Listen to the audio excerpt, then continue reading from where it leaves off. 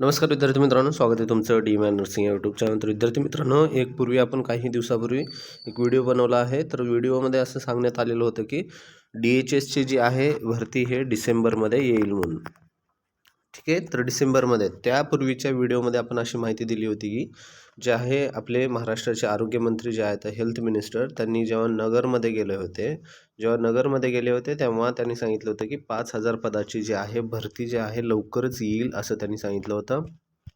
त्यामागे लेट होण्यामागचं एक कारण पण त्यांनी सांगितलं होतं की भरती जी आहे अप्रूव्हल जे आहे फायनान्स डिपार्टमेंट म्हणजे वित्त विभागामध्ये गेलं होतं आणि ते अप्रूव्हल यायच्यापर्यंत भरती ला वेळ आहे असं त्यांनी सांगितलं होतं. अप्रूव्हलला टाईम लागत आहे, त्यामुळं भरतीला पण टाईम लागत आहे असं त्यांनी त्या ठिकाणी नगरमध्ये जेव्हा PSCच्या उद्घाटनाच्या टायमाला ते गेले होते तेव्हा ते सांगितलं होतं. त्यानंतर एक लेटेस्ट माहिती भेटली आपल्याला.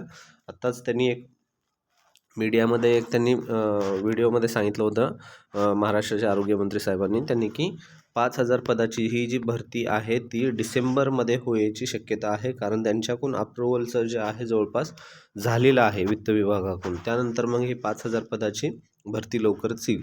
त्यानंतर पहा, प्रत्येक जिल्ह्यानुसार जे आहे आरोग्य पदाचा जो अहवाल आहे तो यायला लागला आहे बाहेर आता. ठीक आहे.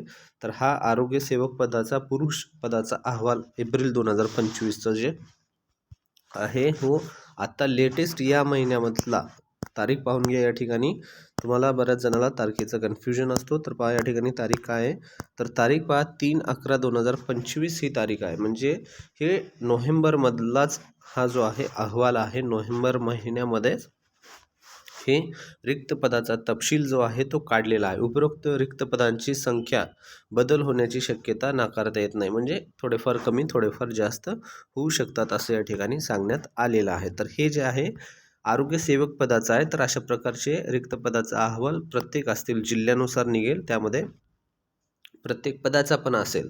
तर हे जे आहे आरोग्य सेवक पुरुष रिक्त पदाचा अहवाल एप्रिल 2025 पर्यंतचे आहेत, जे की आत्ता 3/11/2025ला हे पब्लिश झालेलं आहे. ठीक आहे, या महिन्यामध्ये. तर पहा या ठिकाणी छत्रपती संभाजीनगर जे जिल्हा आहे या जिल्ह्यामध्ये जी MPW आहे त्या पदासाठी कोणत्या कोणत्या उपकेंद्रावर वॅकन्सी आहे. तर पहा या ठिकाणी छत्रपती संभाजीनगरमध्ये प्राथमिक आरोग्य केंद्राचं नाव आहे वरुड काझी, ज्यामध्ये सुलतानपूर जे आहे त्यामध्ये एकूण मंजूर पदे 2 आहेत आणि दोन्ही पण भरलेले आहेत, त्यामुळे या ठिकाणी कोणती पदभरती होणार नाही. त्यानंतर आहे वरुड काझीमधले जे बाकीचे या PSC मधले बाकीचे जे सब सेंटर आहेत वरुड काझीच्या यामधले बघा दुसरे सब सेंटर जे आहेत पिसादेवी, त्यानंतर वरझडी, त्यानंतर चौका, त्यानंतर सावगी, त्यानंतर आहेर, त्यानंतर जटवाडा.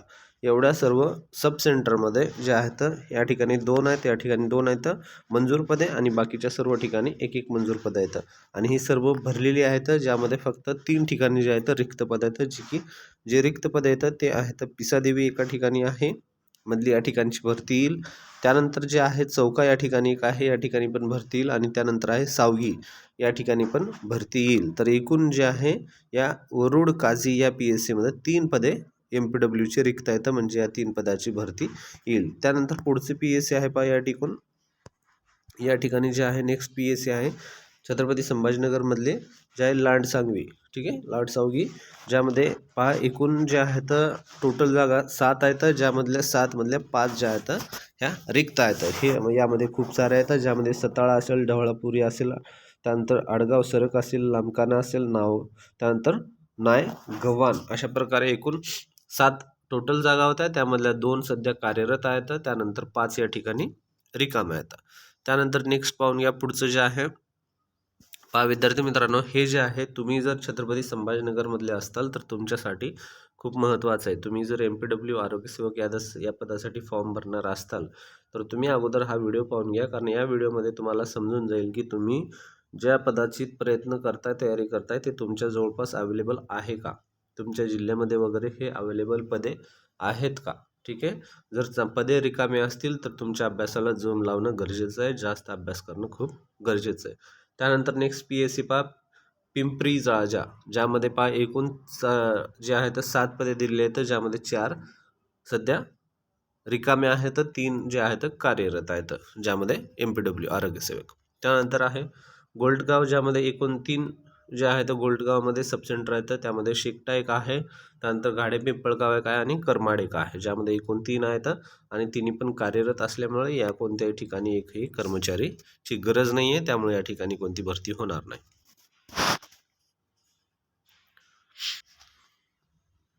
त्यानंतर पुढची PSC पहा, यामध्ये जे आहे कचनेर आहे. कचनेरमध्ये एकूण 3 जे आहेत या ठिकाणी कचनेरमध्ये जे दिलेले आहेत, ज्यामध्ये पहा कचनेरमध्ये जे आहेत 3 सब सेंटर अवेलेबल आहेत, ज्यामध्ये कचनेर एक आहे, त्यानंतर खुडेगाव एक आणि गांधेली एक आहे, जे एका PSC अंतर्गत 3 सब सेंटर आहेत, ज्यामध्ये एक पद जे आहे सध्या रिकामं आहे. त्यानंतर जे संभाजीनगरमध्ये जे नेक्स्ट आहे ते दौलताबाद आहे. दौलताबादमध्ये जवळपास 4-5 जे आहेत सब सेंटर या ठिकाणी दिसायला लागले. तर दौलताबाद एक आहे सेल्फ, त्यानंतर तिसगाव एक आहे, त्यानंतर अमदी मंडी एक आहे आणि पंढरपूर आहे. या ठिकाणी असे मिळून एकूण जे आहेत 46 जे आहेत या ठिकाणी कर्मचाऱ्याची गरज आहे, ज्यामध्ये 26 कार्यरत आहेत आणि 20 जे आहेत सध्या या ठिकाणी गरज आहे, जे दौलताबाद या PSC अंतर्गत. आय थिंक ही PSC खूप मोठी आहे, ज्यामुळे या ठिकाणी एवढे कर्मचाऱ्यांची गरज आहे. त्यानंतर आहे जातेगाव. जातेगावमध्ये टोटल जे आहे तर 7 कर्मचाऱ्यांची गरज, त्यामधले 5 कार्यरत आहेत तर 2 या ठिकाणी त्यामध्ये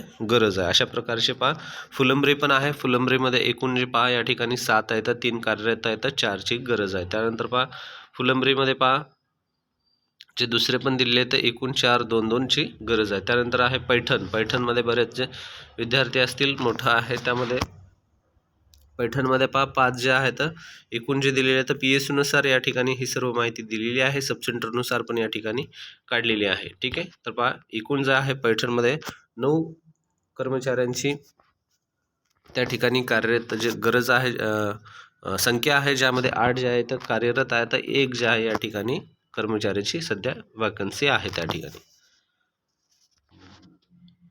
ते एका सब सेंटरचं होतं. त्यानंतर पहा पैठणमध्ये टोटल जे आहे, टोटल जे दिलेलं आहे त्यामध्ये 32 दिलेलं आहे, ज्यामध्ये 32 मधले 24 कर्मचारी सध्या कार्यरत आहेत आणि 8 जे आहेत यामध्ये सध्या त्यांना जॉब भेटणार आहे. तर गंगापूर पण आहे. गंगापूर PSC मध्ये पहा आंबेलोहळ, त्यानंतर तुर्काबाद खुर्द, वाळूज आहे, ज्यामध्ये त्यानंतर रांजणगाव आहे, त्यानंतर एक लोअर आहे. असे एकूण 14 या ठिकाणी कर्मचाऱ्यांची गरज असते, ज्यामध्ये 12 कार्यरत आहेत, 2 सध्या त्या ठिकाणी लागणार आहेत, म्हणजे दोघांची येईल.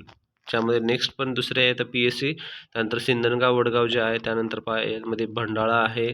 भंडाळ्यामध्ये एवढ्या येतं या ठिकाणी 14 जे आहेत जवळपास वॅकन्सी नवीन निघणार आहे. तर आपण शेवटी डायरेक्ट टोटल पाहून घेऊ, एकूण किती पदे यामध्ये टोटल दिलेले आहेत का. तर पहा एकूण जे आहे आकडा यामध्ये